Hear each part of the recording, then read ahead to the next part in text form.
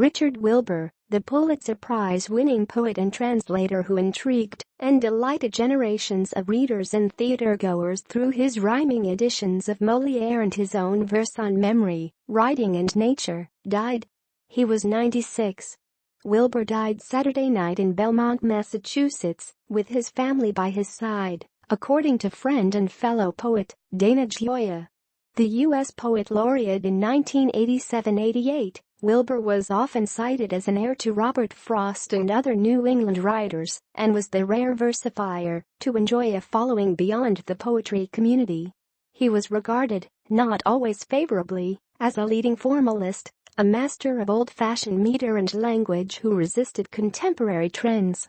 Wilbur was also known for his translations, especially of Moliere, Racine and other French playwrights. His playful, rhyming couplets of Moliere's Tardif and the Misanthrope were often called the definitive editions of those classic 17th-century satires. Moliere has had no better American friend than the poet Richard Wilbur, the New York Times' Frank Rich wrote in 1982. Mr. Wilbur's lighter-than-air verse upholds the idiom and letter of Moliere, yet it also satisfies the demands of the stage.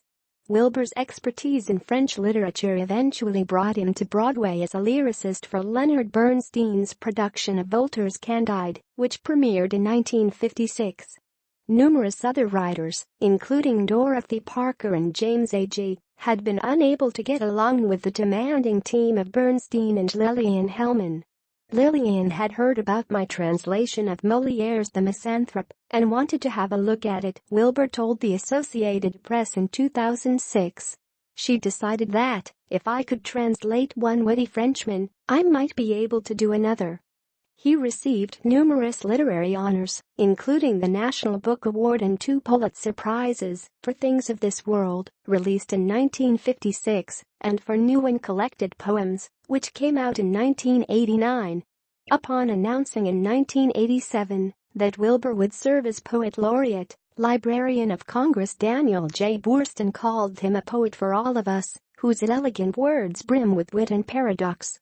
Handsome and athletic into his 90s, with a warm, clear voice ideal for readings, he had an unusual quality for a major poet: happiness. His Christian faith was unbroken by the influence of campus leftists at Amherst College, his wartime service on the front lines in Europe, or his acquaintance with such self-destructive peers as Sylvia Plath, whom he remembered in his poem Cottage Street 1953 as the pale slump daughter of her frightened mother. I think many people associate happiness with shallowness, Wilbur told the AP. What people don't want is someone who is complacent. And I know that I am not a complacent man.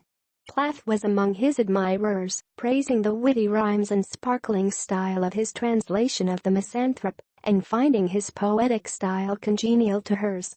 Wilbur's poems were often brief, subtle, temperate, reflecting upon childhood, family, nature and the creative process. In Mind, he likened the mind to some bat that beats about in caverns all alone, contriving by a kind of senseless wit not to conclude against a wall of stone. A connoisseur of riddles, he loved constructing poems in which the meaning is not revealed until the end, like a well-delivered punchline. Wilbur married Charlie Ward, a Smith College student, while he was nearby at Amherst, in 1942. They had 4 children. Charlie Ward Wilbur died in 2007. Richard Wilbur, an 11th-generation American and son of a commercial artist, was born in New York in 1921 and moved 2 years later to rural New Jersey, where his family lived in a colonial-era stone house on 400 acres of land, much room for a young poet and his thoughts. As a teenager, his poem about a nightingale was published in John Martin's magazine. He was paid $1